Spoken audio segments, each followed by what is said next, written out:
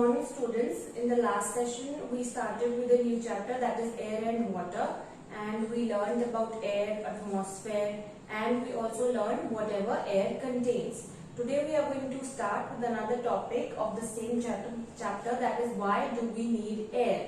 So for that, first of all, open your books on page number 73 and be ready with your pencils so that we can underline whatever is important. So on page number 73, why do we need air? We are going to start reading. All living beings need air for survival. Let us find out the importance of air. So all living beings need air to survive, to be able to live. So now we are going to learn about the importance of air. Human beings and animals. Human beings and animals need oxygen for breathing. They cannot survive without air. So we know that oxygen is present in the air. We learned in the last class that oxygen is one of the gases that is present in the air, and human beings and animals, we breathe in air, we need oxygen to breathe. So oxygen is important for us for breathing, so air is also very important for us for our survival. While climbing on the mountains, mountaineers always carry oxygen cylinders for breathing. This is because air becomes thinner as they climb up. Now, when we go to the climb, as we climb up, as we go higher and higher, the air, it becomes thinner. So whenever a mountaineer is climbing a mountain, they always carry an oxygen cylinder with them so that they can breathe in the oxygen, as because the air becomes thinner and thinner as they climb up. Now next page, plants. Plants take carbon dioxide from the air for the preparation of food. We have already learned this, that plants need a carbon dioxide for preparing their own food, and carbon dioxide, again we learned in last session that it is one of the gases that is present in air. So air is useful for plants because it provides them with carbon dioxide so that they can prepare their own food. They also need water, sunlight and chlorophyll to make their own food. They also take in oxygen for breathing.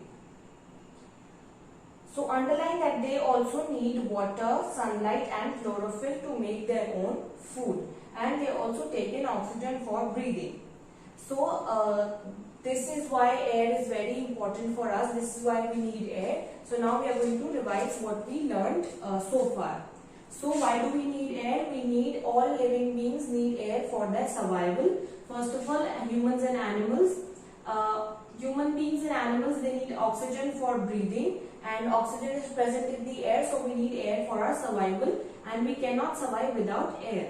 Then we learned about plants, that plants take carbon dioxide from the air for the preparation of their food. And we also learned that they also, with carbon dioxide, they also need water, sunlight and chlorophyll to prepare their food, and they also breathe in oxygen.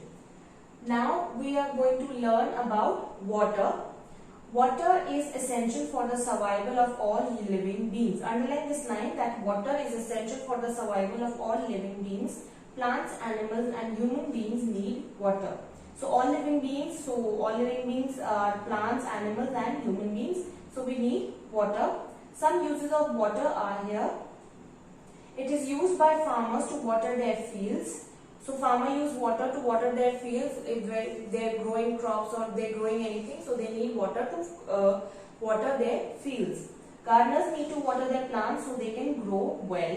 Some people cultivate fish for selling. Such places need a lot of water to breed the fish.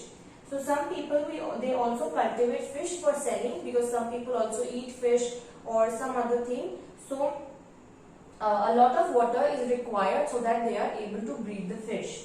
We need water for drinking, cooking and washing clothes. And we also need water for doing our chores, basic chores like washing clothes or cooking food, and even drinking. Water is necessary for us. So these are the uses of water.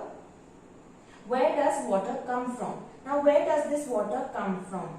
Rain is one of the major sources of water. Underline this line, rain is one of the major sources of water.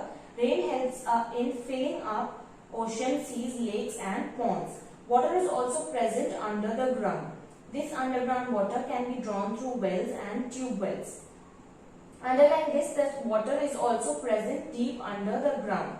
So first of all, rain is the major source of water, and it helps us it helps in filling up the ocean, seas, rivers and lakes. And water is also present deep under the ground, and underground water can be extracted, can be taken out from wells and tube wells. Water is also present in food. Milk, watermelon, cucumber, tomatoes and potatoes are all contain water. So underline these examples of food items that contain water. Even our body contains large amount of water. Now we are going to read the wonder box. Pure water does not contain any minerals. This water is used for experiments in the laboratory. The water we drink has lot of minerals present in it.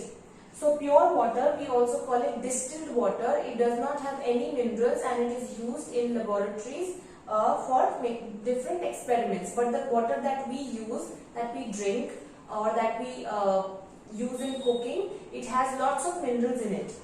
Water is also used to produce electricity. This is called hydroelectricity. Underline this first line, that water is used to produce electricity, and the electricity that is produced using water, it is called hydroelectricity. A plant established to produce electricity through water is called hydropower plant.